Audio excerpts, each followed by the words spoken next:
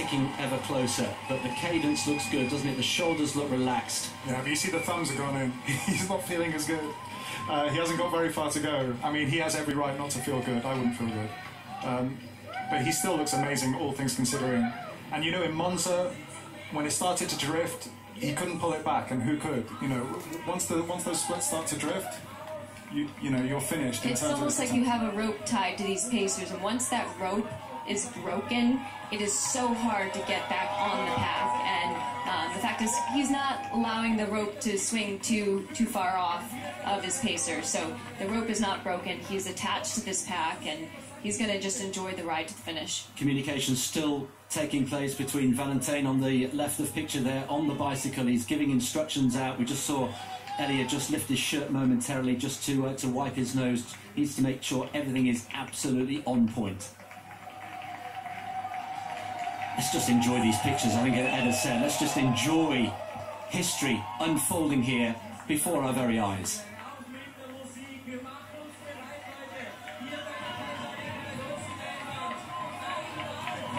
Well, we've had 7 successive 250s, 2 minutes 50 for a kilometre. And anybody who's thinking about going out for their Saturday run, Saturday morning or Saturday afternoon, maybe even doing a park run of 5 kilometres, well, just watch and learn. This is the master at work here.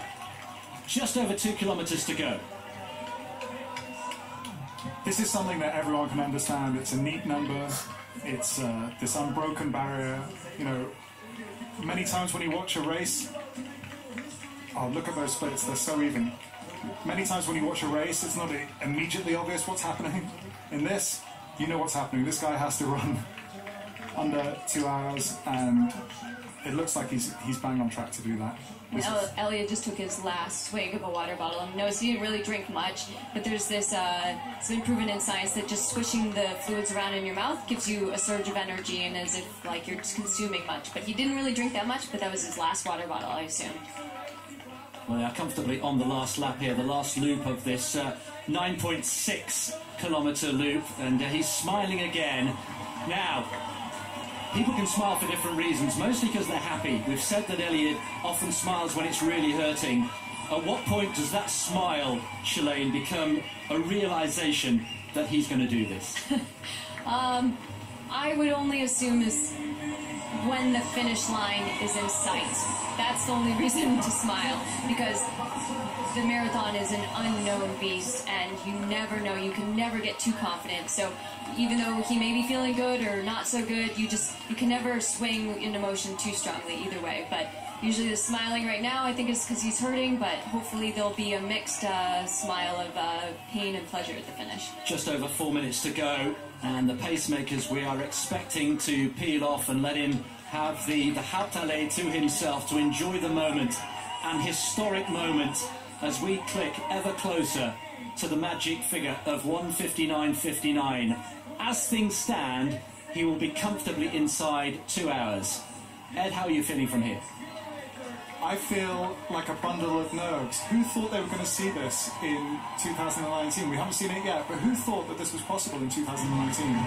Yes, there are some, parts of this which are, artificial in terms of the pacemakers, whatever. It's not a race. But who thought you'd see someone run sub-2 in 2019? It is beyond the imagination. When the conversation first started for the sub-2 effort, I said, no way. No way in my lifetime will I witness the sub-2 hour marathon. I truly did not believe I would be able to witness something like this. Well, the pace car will be peeling away at 41 kilometres, and then it'll be down to the pacemakers themselves to bring Eliud home. And all being well, they will then peel off as well and leave Eliud to run home the final few hundred metres. 1.2 kilometres to go. He is almost there. He has one hand on history here in Vienna. There's Grace, his wife, looking on. She's never seen him race before in the flesh, remember. What a moment for her. What a moment for the children. The pace car has gone. We've lost the laser. It's now all down to Eliud and the pacemaker. The gloves are off. He's getting quicker. He's racing right now. This is racing. Well, this is true racing. Shalane knows what this feels like through the streets of Central Park in New York, whether it's in Berlin or London. But today is all about Vienna. Today is all about Eliud Kipchoge. We're down to the last couple of minutes to bring him home. Ed, some final thoughts from you.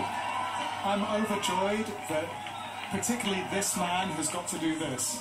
It's not just the barrier being broken, it's something that has existed in this person's head for so long, and it's so gratifying to watch him achieve that. He's almost there. He can see the finish line. That's the view from Eliud Kipchoge. You can see the finish line where we are, looming into view. 1:57 and approaching 1:58. I think we can say with some certainty there now he goes. He's going to do it. He's going to do it. He's right going. there. Tell him to move away. Come on, he says. Come on, this is it. It's incredible. It's such a gift to the world. His running is a gift to all of us. I feel so blessed to be here today. I feel like I hope everyone can hear me smiling through this microphone right now. I cannot stop smiling. 500 metres to go. He has the Hautale to himself. All the pacemakers have let him go. As Ed said, he is sprinting into the history books here. They're cheering him on. 400 metres to go. Let's bring him home. This is history unfolding on the streets of Vienna this morning. It's a Saturday run like we've never seen before. Listen at the noise. The crowd getting right behind him. Goodness me, 300 metres to go. He can see the finish line here. Neil Armstrong we had on the moon in 1969. We had Roger Bannister, the 4-minute mile 65 years ago. Edmund Hillary, the first man to climb Everest in 1953. We have 1 minute to go. Eliud Kipchoge is on his way here. This humble farmer who used to run 2 miles to school every day and back. He used to go to the nearest town on his bike to sell milk at the local market. And now, through hard work and discipline, he's pointing. Come on, he says. Eliud Kipchoge has the hand of history on his shoulder. He has less than 200 metres to go. Eliud Kipchoge, let's keep an eye on the clock, into the final 20 seconds. Eliud Kipchoge. Whoa! On his shoulder, 140, 140, the unofficial time. It's his wife. Eliud Kipchoge storms into the history books in Vienna. 1:59.40, the unofficial time. The first man to run a marathon in under 2 hours. One final lung-busting stride for Kipchoge. One giant leap for human endeavour. And you know, Kipchoge was right. No human is limited. And now he can celebrate. He has done it. And to Roger Bannister, Neil Armstrong, Edmund Hillary, we can now add the name of Eliud Kipchoge. Shalane, sum it up for us. I would like to just thank Eliud for sharing his gift with the world, with us today in the City of Dreams. He created an absolute masterpiece that will never be forgotten. Ed. That was absolutely beautiful.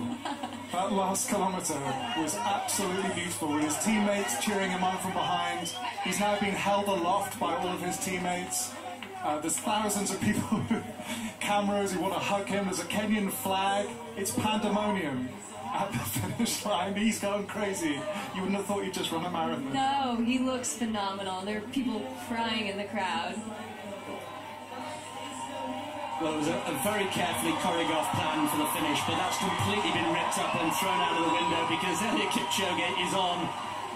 He's still got energy. How on earth do you have the energy to run like this after running at 13 miles an hour for 2 hours? There you can see the unofficial time. We may take a minute or two to make that the official time, but 1:59.40.2 is the unofficial time.